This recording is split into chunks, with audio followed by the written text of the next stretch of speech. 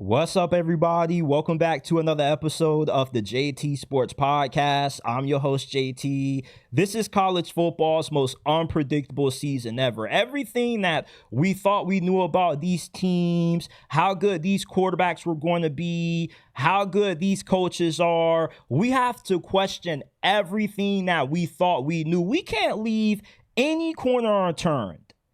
And UCLA was a winless team with the interim head coach who had just got dominated 35-10 by New Mexico.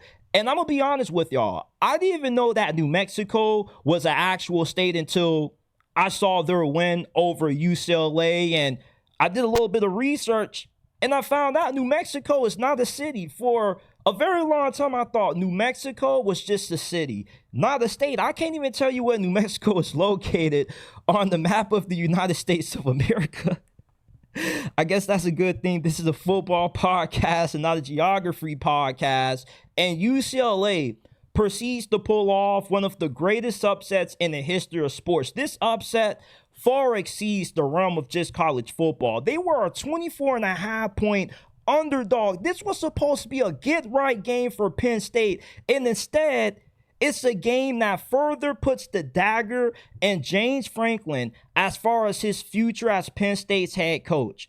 And we're going to discuss what this upset to UCLA means for Penn State and James Franklin for the rest of this season, because unlike everybody else, I'm not running off Penn State just because of this loss. I feel, if anything, this loss is all the motivation that Penn State needs to finally beat Ohio State, to beat Indiana, and get into the college football playoffs and still have the opportunity to obtain what they felt was attainable before this season, which is winning the national championship, because this still is a talented team. Yeah, you have some questions about the coaching, but the talent's still there. And Florida's upset over Texas showed us that if you're a talented team, you're a capable team. And if you're a desperate team, you're a dangerous team. And if you thought that UCLA's upset over Penn State wasn't egregious enough, how about Texas losing to a quarterback that less than a month ago threw 5 interceptions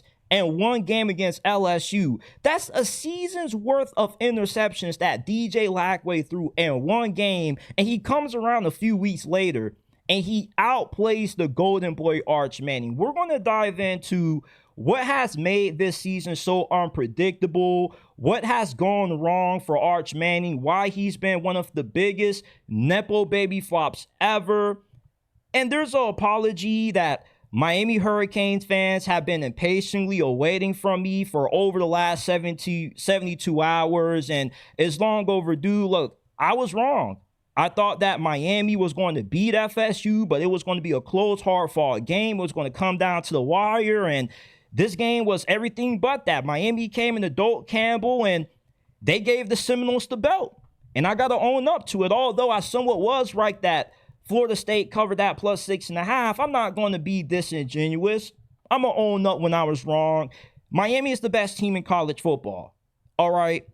And the last thing that we have to talk about is the mistake that North Carolina made that has completely derailed Bill Belichick's first season in Chapel Hill. If you live, eat, breathe, and sleep football, smash that like button, subscribe to the channel, and turn on post notifications. We're talking NFL, college football, 24/7, 365 days throughout the year.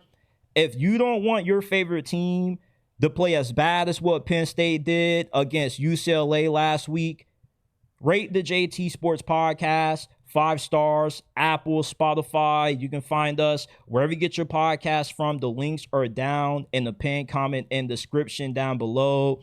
And let's dive into it. And also, let me get out this hot-ass jacket. College football has always been a chaotic sport. Upsets has always been a big part of what makes college football such a great sport that it is.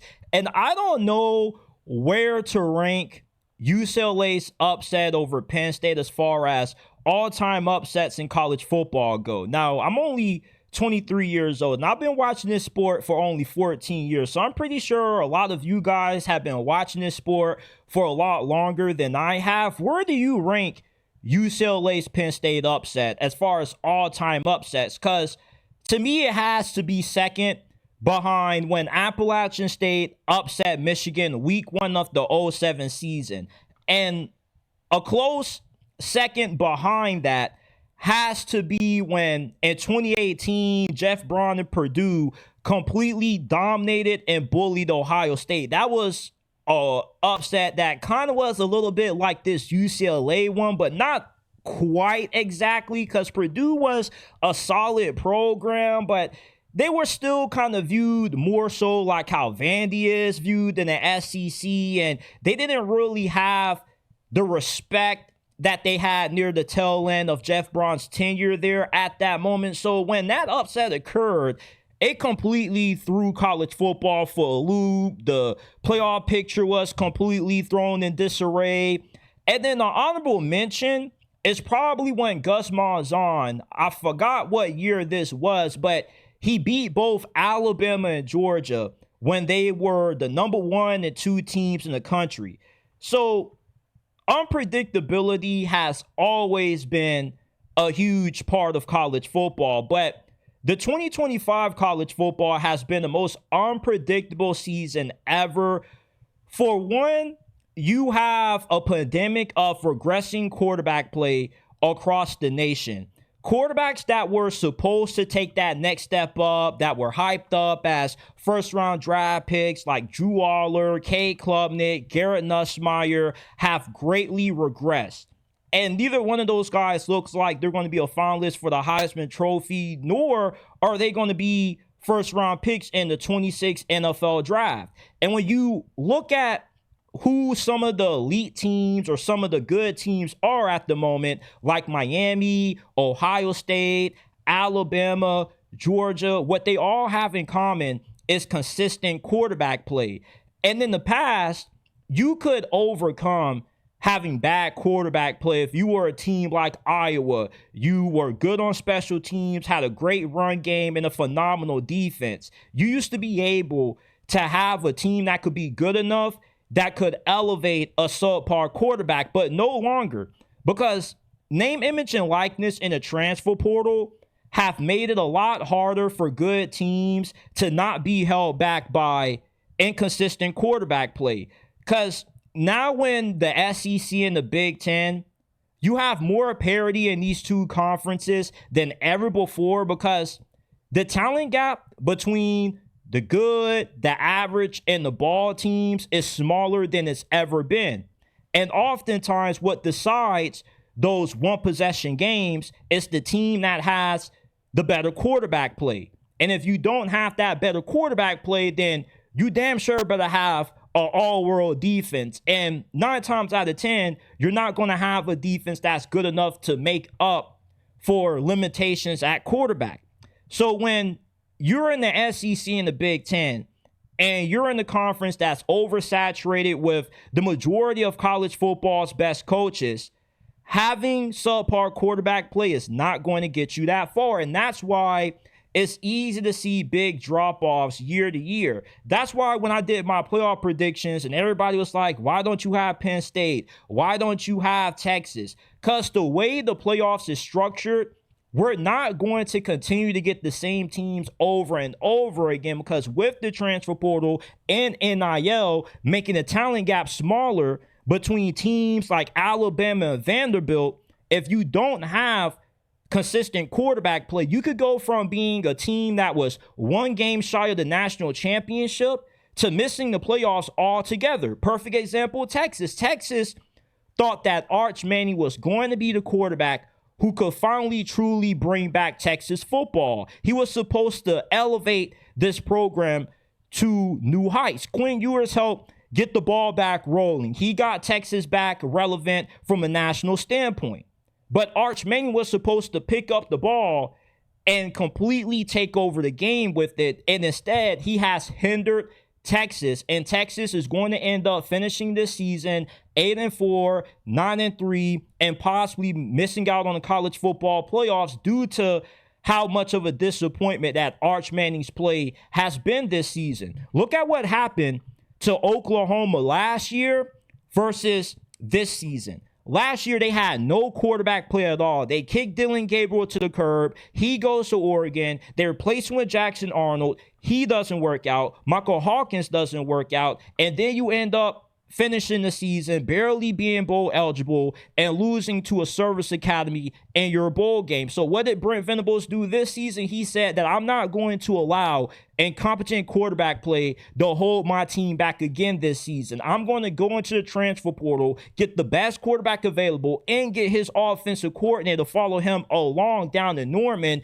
and you see how better of a team Oklahoma is. You cannot win in college football anymore just having these basic game manager quarterbacks. You got to have a quarterback that's going to be able to step up and make those big throws in crunch time. The difference in Florida beating Texas was that DJ Lagway was able to be the more dependable quarterback in that game. Arch Manning couldn't hit a fly to save his life in that game. He was better running the football than he was throwing it. If I didn't know any better, Arch Manning kind of looks somewhat like a running back because he doesn't throw the football really good. You might as well just run Wildcat with Arch Manning all game long because the passing game is really spotty with him.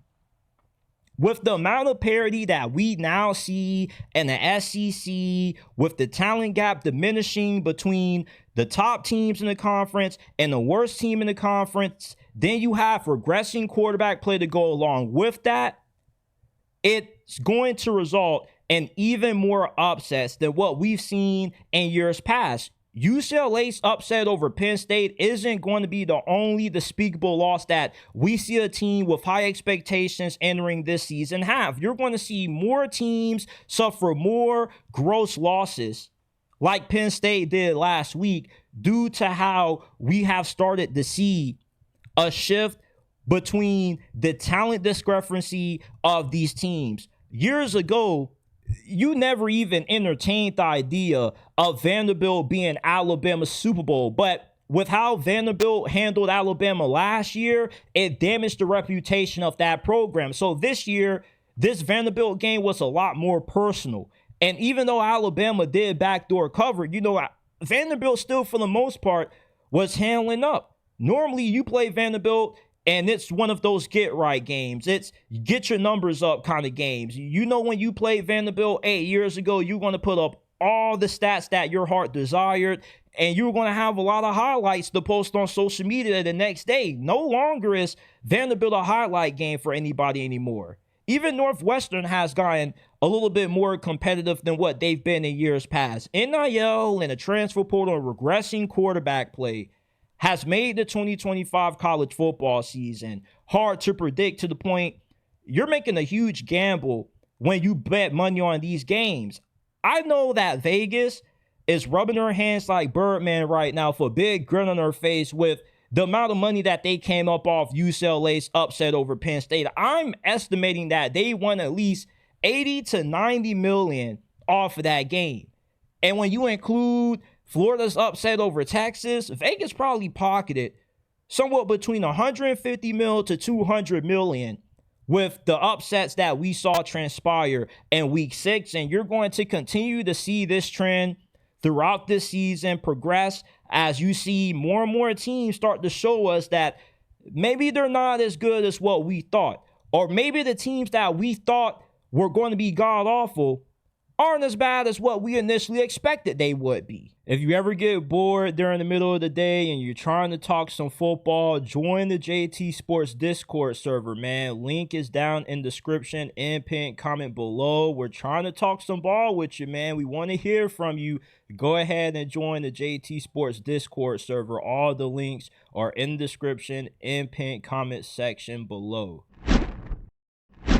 I'm sorry to the Miami Hurricanes and Mario Cristobal for ever thinking that Florida State had a shot to take this team down. Listen, last week I came on here and I told you guys that Miami was going to beat Florida State in the hard-fought, close game that was going to come down to the wire, and I was completely wrong. And a lot of you Hurricanes fans, you were telling me all week long that I was underestimating the Hurricanes. I need to get over my trauma of the previous year's Hurricanes, and I need to look at this Hurricanes team separately from the previous Hurricane teams that have let me down and have led me to being such a glass half empty Miami Hurricane fan. And I'm still not fully convinced that Miami's going to go all the way, but I can't be disingenuous and not give Miami credit when credit is due. Winning on the road is tough. The majority of upsets that have occurred in college football in week 6 have happened on the road.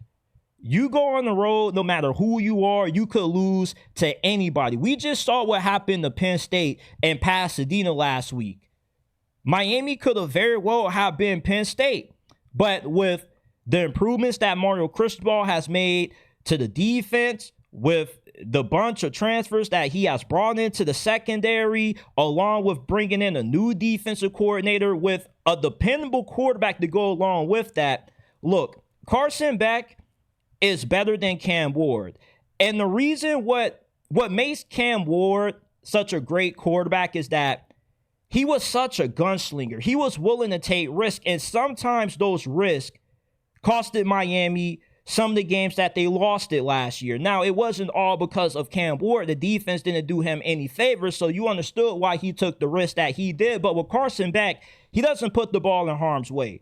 And the Carson Beck that we see right now is the Carson Beck that we saw 2 years ago in 2023. Miami has a quarterback that, even if they're having an off game, they know that Carson Beck can carry them to a win. You can ask Carson Beck to throw the ball 30 plus times and he'll give you 3 touchdowns and no interceptions in the process. And he'll also complete over 70% of his passes. Carson Beck, hands down, has been the best quarterback in college football. He's been the clear front runner for the Heisman Trophy, and he's going to be the clear-cut QB1 in next year's NFL draft, and he's going to continue the trend of Miami being QBU when it comes to the transfer portal. And I never once doubted Carson Beck. I'm never going to doubt a brother from the 904. We pride JT Sports on being unbiased, but we have a little bit of bias when it comes to our 904 brethren. I saw Carson Beck play in person when he went up against my high school, and he looked as close to an NFL quarterback as you will ever see at the high school level. I have a bunch of friends, a bunch of homies that know Carson Beck, that still talk to him, that play 7-on-7 with him, that played with him on that state championship team when he was at Mandarin. So I never questioned how good Carson Beck was going to be. I always questioned if we were going to get a Mario Cristobal special. Because the Mario Cristobal specials, we saw them last year when Miami fell to Syracuse, when they fell to Georgia Tech, teams that Miami was supposed to boat race, they ended up playing down to. I thought that was going to be the case this week against Florida State. Because you know, with these rivalry games, you can never truly decide the outcome based off what you see on paper. But Miami obviously was the better team than Florida State this year. Mike Norvell does not need to be fired. Florida State didn't lose to Miami because they were outcoached. They were unprepared. They lost to Miami because they just outright were the better team. It took Mario Cristobal 4 years to build the Miami team that you see this season. And with how bad 2024 was for Florida State, it set that program back 3 years. It's going to take Mark Norvell 3-4 years to get FSU back to the level that they were at 2 years ago when they went undefeated, won the ACC, and got snubbed out of the CFP. Mario Cristobal, we've always knew that he was a great recruiter, but my concerns has always been with the game day aspect of Mario Cristobal. Can you trust him to manage the clock right in the late game situation? Can you trust him to make the right decision on 4th down, having a good field, knowing when to take the field goal, when to take the points, and when to be aggressive and go for it?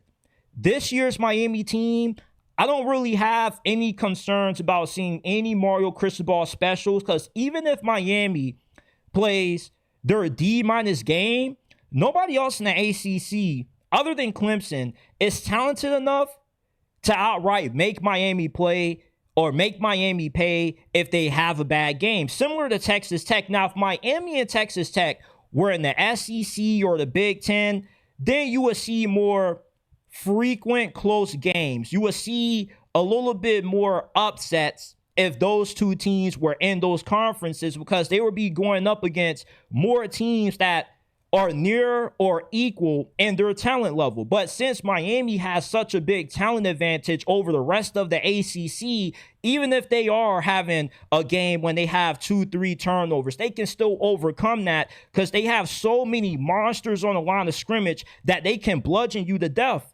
They can run it down your throat. They can air the ball out, and their defense can completely wreck the majority of fronts that you see in the ACC. There is no team in the SEC that is talented enough to slow down Miami this year outside of Clemson. And good thing that Clemson season is kind of somewhat over, and Miami doesn't have to worry about seeing them in the ACC championship. You might as well go ahead and give Miami the ACC championship right now. I know that they've been in this conference for over 2 decades, and they've yet to win one, but this is going to be the season that the Hurricanes get their first. This is too stacked of a team to fall victim to the upset virus in the ACC this year. They're going to steamroll this conference. Miami's going to blow out everybody that they play from this point on by at least 2 touchdowns or more. They just have too many freakazoids to deal with that a lot of ACC teams just don't have the star power to keep up with.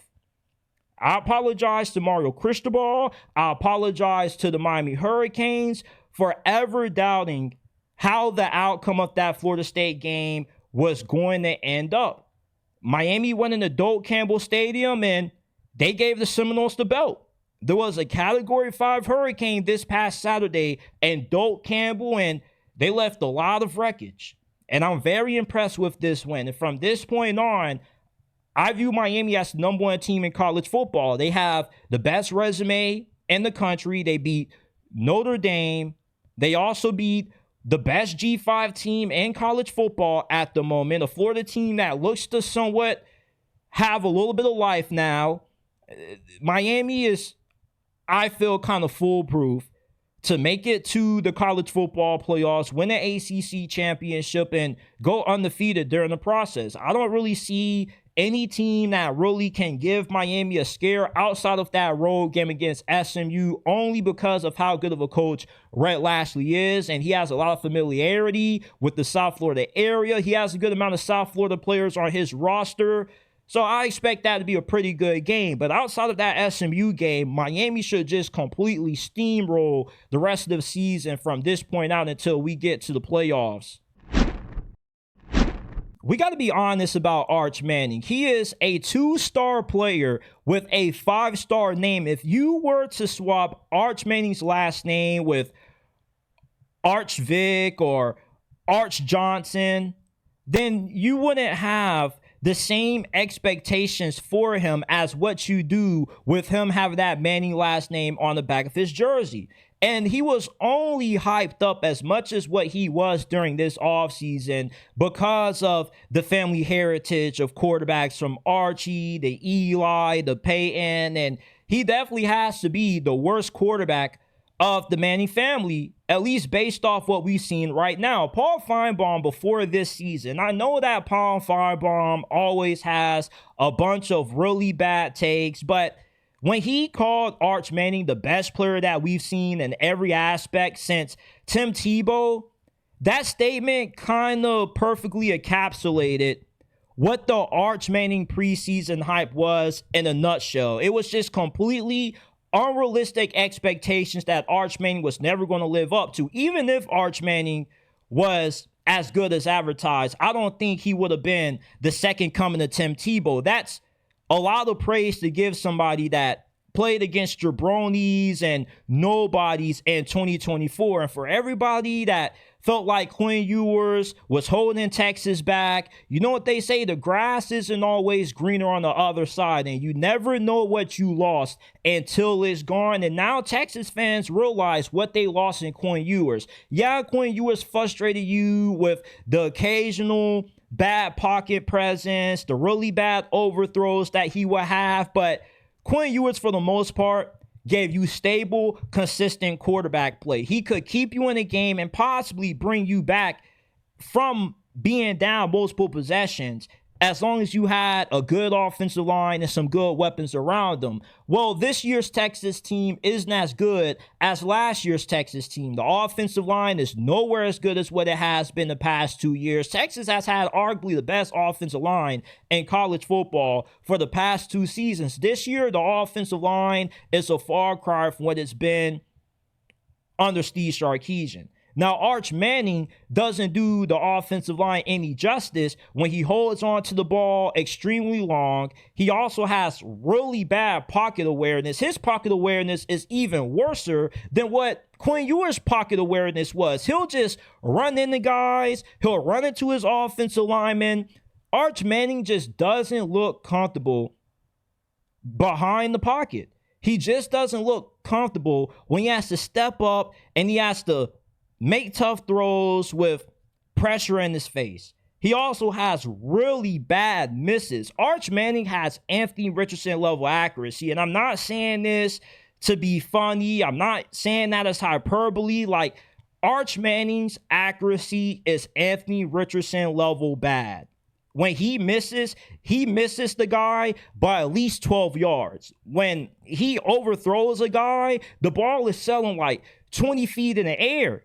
He just doesn't look comfortable back there. And Steve Sarkisian can't get the ground game going. And when you put Arch Manning in a situation when he has to live up to the hype, when he has to live up to the name on the back of his jersey, he crumbles.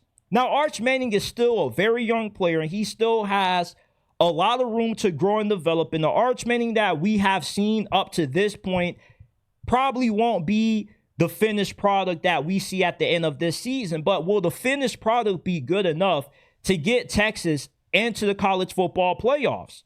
Because right now, Arch Manning has Texas on the path of finishing 7-5, 8-4. Arch Manning, for somebody that has the Manning last name, he doesn't look like he's a Manning. He looks like he's a running back. If anything, Texas is better off just running the triple option with Arch Manning because you got a better opportunity scoring with him running the ball than you do with him throwing the football.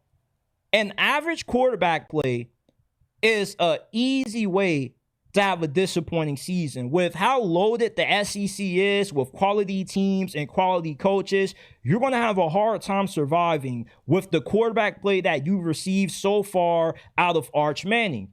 And Arch Manning can't be benched. If Steve Sarkisian benches Arch Manning, his reputation takes a major hit. The Manning family wanted Arch Manning to go to Texas because they believed that Steve Sarkisian was the best coach who could prepare Arch Manning for the next level and to prepare him to have success in the NFL. He was the guy who could get the most out of this dude. And if you end up benching him, then the Manning family turns on you. And think about how recruits are going to look at you.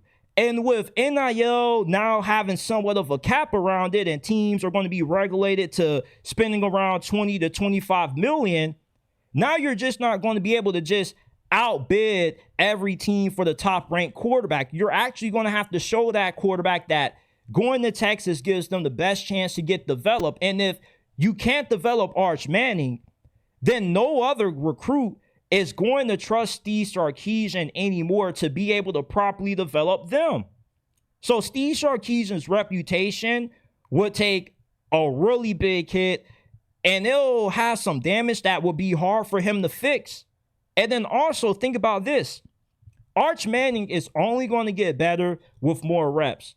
Eventually, he's going to get in rhythm, and he's going to find himself. And I still think that with Arch Manning being so early into his tenure as Texas starter, he still is trying to figure himself out as a player. And Arch Manning with Steve Sarkisian, they have to understand how to get the best out of one another. I don't think that Steve Sarkisian is calling plays to put Arch Manning in the greatest of situations. I feel like he could do a lot more to ease Arch Manning into these games, try to get him into rhythm early, because Arch Manning never starts out any game 6 of 6, 8 of 8. He always starts the game out really streaky. And when you have a streaky player, you have to get him settled down early. You have to get him confident. You have to get him in rhythm. You have to get his footwork, his shoulders aligned with where the ball's going. And when you watch Arch Manning throw the football, his mechanics are all over the place.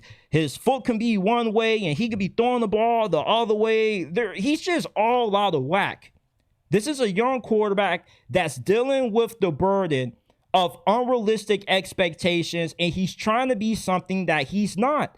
And Steve Sarkisian essentially has to strip this Texas offense down and rebuild it to an elementary level around Arch Manning so he can finally get confidence. Because obviously, Steve Sarkisian has put way too much on Arch Manning, and the rest of Texas hasn't been able to help elevate him. And it's incredibly hard to elevate a quarterback that's giving you average QB play with how tough of a schedule that Texas has to play. And I'm not trying to use this as a cop-out for Texas, but what I'm saying is that if you have average quarterback play, you're going to have difficulty beating a down Florida team on the road. You're going to have difficulty being able to take down Oklahoma, even though they are going to be without John Mateer. Having average quarterback play puts you in a lot of close games that you probably wouldn't be in if your quarterback play was a tad bit better.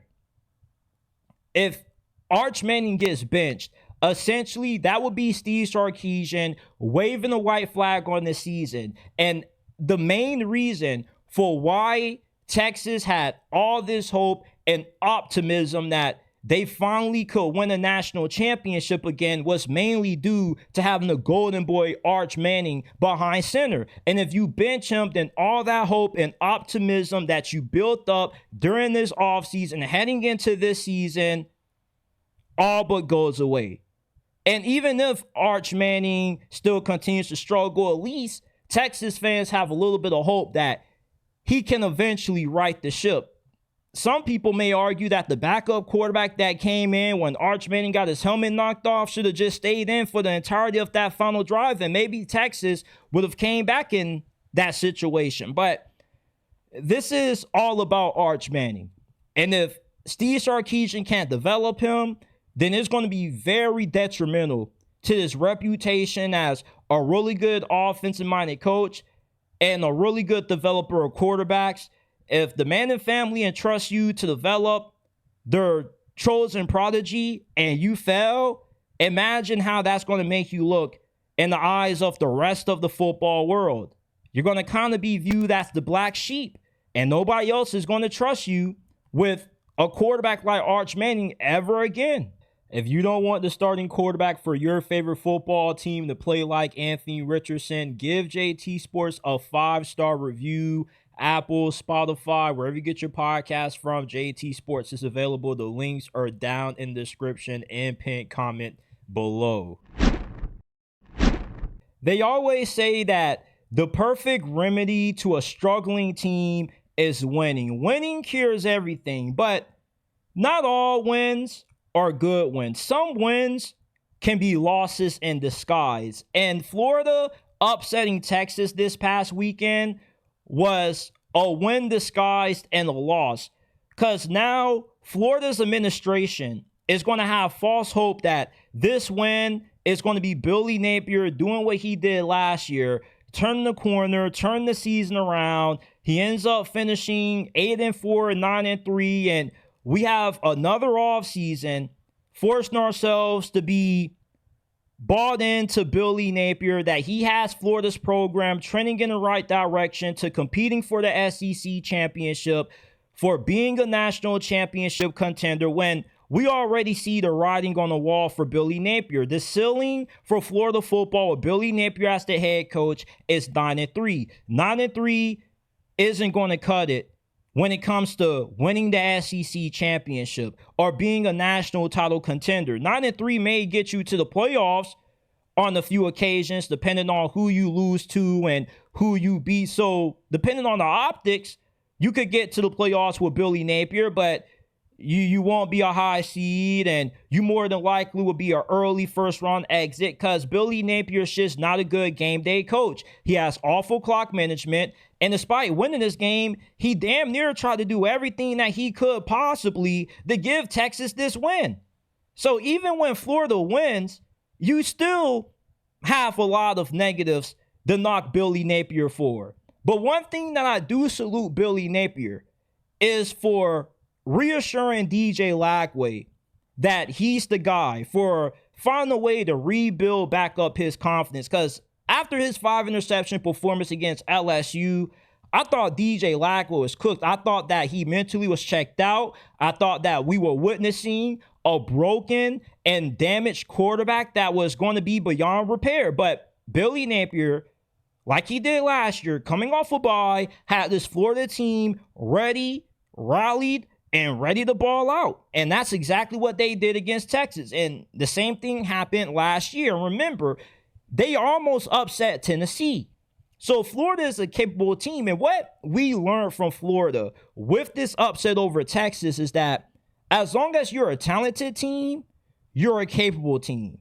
And if you're a desperate team with your back against the wall, with a head coach fighting every week for his job, you become a dangerous team, because now with desperation, you're willing to take risks that you weren't willing to take before. You're willing to throw the kitchen sink, anything that it takes to win. You saw Billy Napier for the first time this season actually getting Jaden Ball the football. Jaden Ball is one of the best running backs in America, but you wouldn't have known that with the lack of touches that he has received prior to this win over Texas.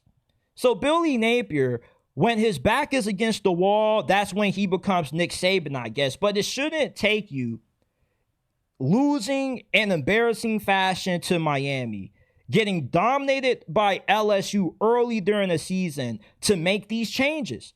You can't start the season out as slow as what Florida has these past 2 years under Billy Napier, then get hot at the end of the season and think that that's good enough to justify giving the guy another year.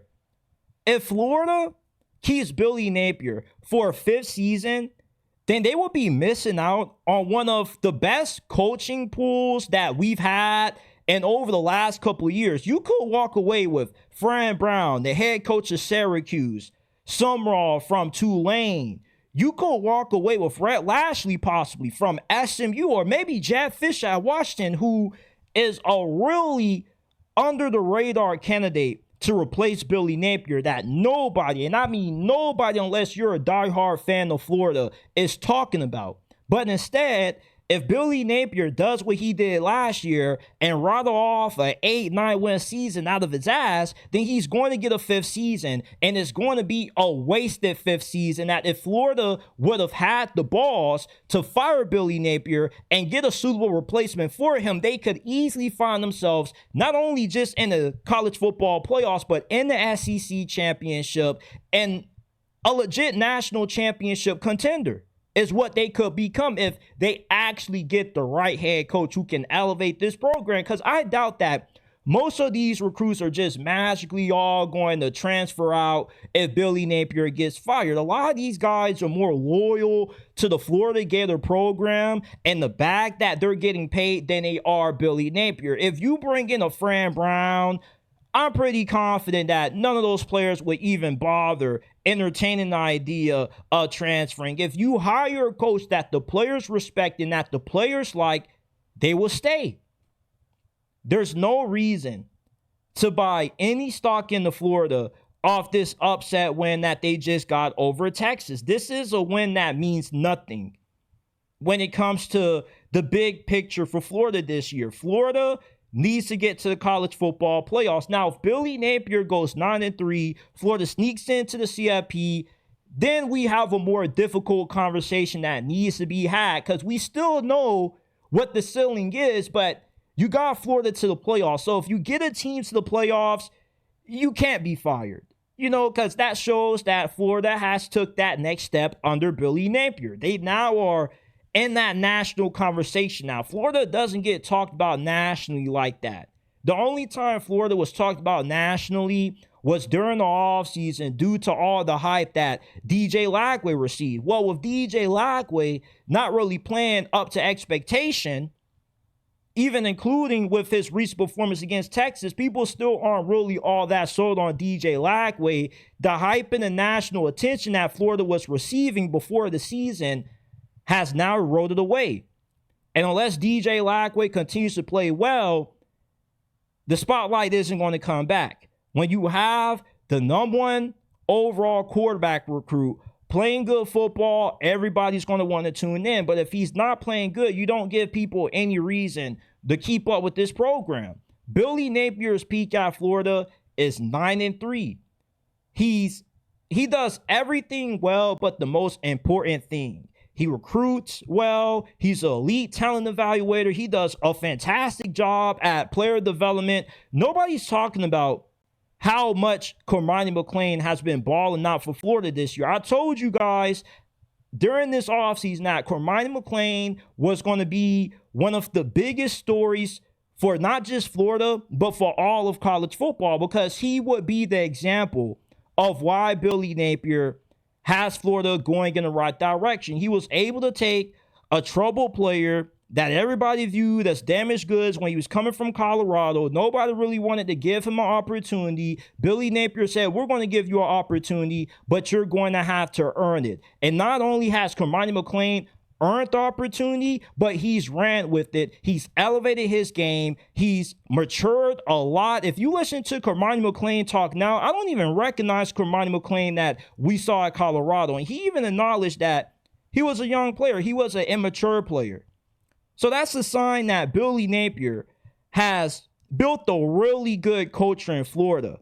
And he has assembled a really talented team. But unfortunately, all of that doesn't translate to the success that Florida is expected to have on the field, because Billy Napier doesn't put these players in the right positions to succeed and dominate due to how abysmal his play calling is. Now, he called probably the best game ever as Florida's head coach, putting up 28 on what still is a very good Texas defense. But Florida can't fall into the Billy Napier needs another year trap. Few coaches get 4 years to turn around a program with the results that Billy Napier has gotten. Dan Mullen, Jim McElwain, Will Muschamp did far more than what Billy Napier has done, and neither one of those guys got the leeway and the amount of chances that Billy Napier has received to continue to turn around Florida football. And if Florida fires Billy Napier and they hire the right replacement for him, they instantly can find themselves not just in the forefront of the college football playoffs, but in contention for the SEC championship and the national championship, because next year you'll have a bunch of your current underclassmen become upperclassmen. Jaden Ball, DJ Lackway will be juniors. Some of your outstanding true freshman receivers will be sophomores. Some of your outstanding players on defense will be juniors. So if you get a good coach in there and you don't hold on to Billy Napier any more longer than what you should, Florida can finally be the program that they've envisioned themselves being since the glory days of Tim Tebow, Urban Meyer, Steve Spurrier. But Florida has to have the balls to pull the trigger if this is another 8-4, 9-3 season when they come up short of making it to the playoffs and they come up short of meeting expectations. We know what Florida is with Billy Napier. And all this loss does for Florida is give Billy Napier leeway to say, I've done enough to get by. And what does Florida view themselves as a football program? Do they view themselves as a program where coaches should celebrate 8-9 win seasons, or do they view themselves as a program that's above that? They view themselves as a program where 9 wins is the floor and the ceiling is 12-0, winning the ACC or the SEC and the national championship. Florida has to ask themselves, do we still perceive ourselves as an elite powerhouse program in college football, or are we okay with settling for being a middle-of-the-pack team in that SEC with Billy Napier as the head coach? UCLA was supposed to be a get-right game for Penn State. This was supposed to be a game where Penn State took out all their frustrations from their double overtime loss to Oregon out on a UCLA team that a few weeks ago got dominated 35-10 by New Mexico. I can't even tell you where New Mexico is located on the map of the United States of America. I, for the longest time, thought that New Mexico was actually a city. And it didn't take me until New Mexico State beat UCLA to realize that, oh, snap, New Mexico is actually a state. Never knew that. And Penn State now has put themselves in a situation with this upset to UCLA to where their back is against the wall. They're in a corner, and the only way James Franklin is going to be able to fight Penn State out of this corner and be able to save his job is if Penn State is able to win out the rest of this season, which includes beating Ohio State in Columbus and beating Indiana in the process. And I believe that losing to UCLA has given James Franklin the motivation that he needs to finally be able to get rid of his big game demons and to finally take down Ohio State, something that he hasn't done in nearly a decade. Sometimes desperation is what you need to bring the best out of you. A desperate team is a dangerous team, as we just saw last week with Florida's upset over Texas. Florida, coming out of the bye week, had a head coach whose job was pretty much perceived to be about to be ending. Everybody thought that Billy Napier was about to get fired right after that Texas game. But Florida comes out, they win it, and all of a sudden, Billy Napier is able to prolong the inevitable for at least another 2-3 weeks. James Franklin has the ability to beat Ohio State because he has a team that is just as talented as what Ohio State is. And if you have a capable team and you're a desperate team, that turns you into a dangerous team. Now we know that Penn State has the talent to beat Ohio State, but is James Franklin going to be willing to take the gambles necessary to take down a team like Ohio State? Because in the past, he's been pretty conservative in these big games against the Buckeyes. This year, though, with his back against the wall, his job on the line, James Franklin has to take some risks that he never thought about taking before. Hell, he may have to steal a play out of UCLA's playbook and run an onside kick against Ohio State that they don't see coming and hope that he can recover. He has to be more aggressive on third down. He has to be more willing to throw caution to the wind than ever before, because this season is life or death for James Franklin when it comes to a coaching sense. If he wants to remain the head coach of Penn State and Happy Valley, Penn State has to weather the storm. Their season is not over despite losing to UCLA. This is still one of the most talented teams in America. Everything that was said about how this could finally be the Penn State team that James Franklin could get over the hump with and win a national championship during the preseason, that talent is still there. Nicholas Singleton, Katron Allen, all those guys are still on the squad. They don't have a lot of big major injuries besides like a star linebacker. They are relatively healthy. So what I saw against UCLA last week is not how I'm going to define what Penn State is as a team, because the mistake that gets made commonly in college football is we judge teams based off a week-to-week basis, and we overlook what a team is overall. College football is a week-to-week sport. The Penn State team that we saw get upset against UCLA may not be the same Penn State team that we see play Ohio State in the next couple of weeks, because who your opponent plays can bring the best out of you. Certain people that you hang around bring out who you truly are. If you hang around the right people, they will reveal your true colors. If you've ever had a fake friend that acted one way when they were around you and then acted a different way when they got around a different group of people, the people that they were hanging around brought out who they truly were. And sometimes when you know that you're going up against an elite team in the big game and your back is against the wall, that brings out who you truly are. And when I look at James Franklin, I still see a very good coach. I see a fighter. I see a dude that is more than willing to do whatever it takes to get Penn State over the hump. He's made as many changes as possible to get Penn State a national championship. He stole Ohio State's defensive coordinator and Jim Knowles, who has been widely considered to be the best D coordinator in this sport for over the last 3 years. That was supposed to be the addition that made Penn State at least a Final Four finalist.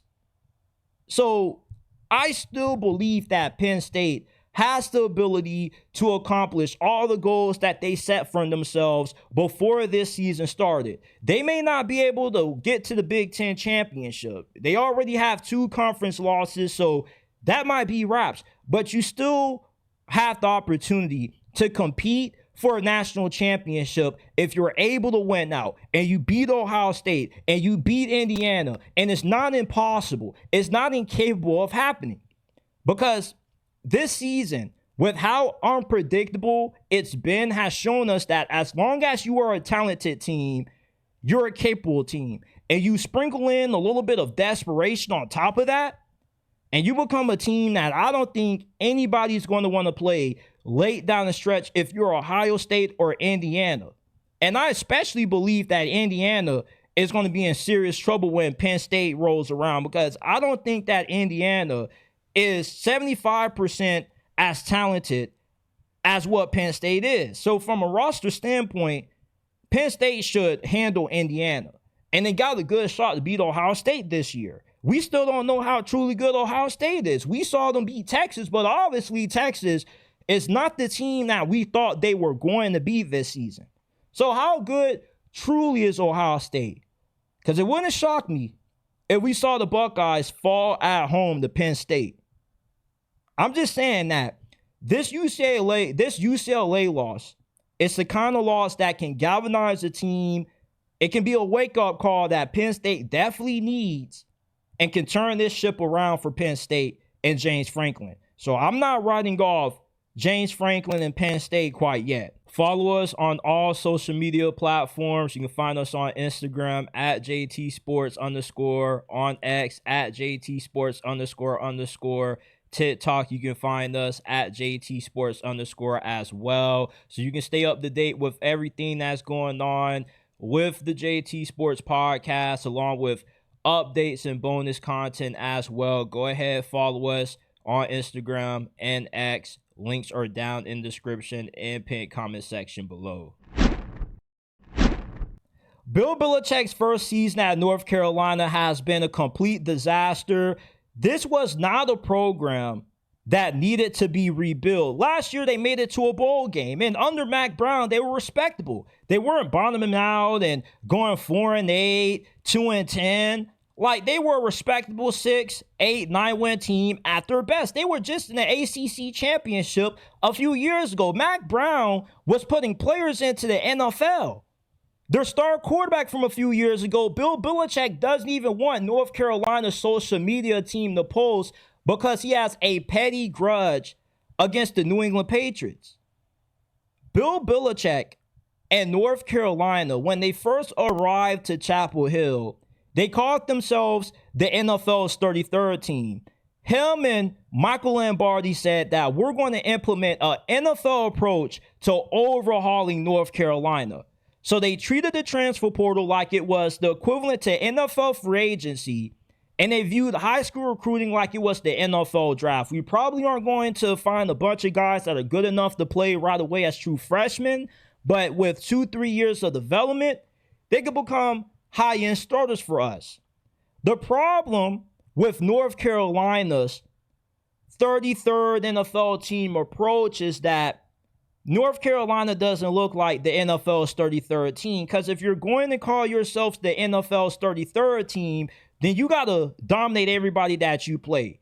Not just from a talent standpoint, but from a coaching standpoint. You need to be out-scheming everybody, and North Carolina hasn't been able to do that. As a matter of fact, North Carolina plays more like Bishop Sycamore than they do the NFL's 33rd team, like how they hyped themselves up to be during this offseason. Against powerful opponents, North Carolina has been outscored 120-33. They've given up 40 points per game and only put up 11 points per game against the Power 4 teams that they played this year. They have given up over 465 yards per game against the Power 4 teams that they played.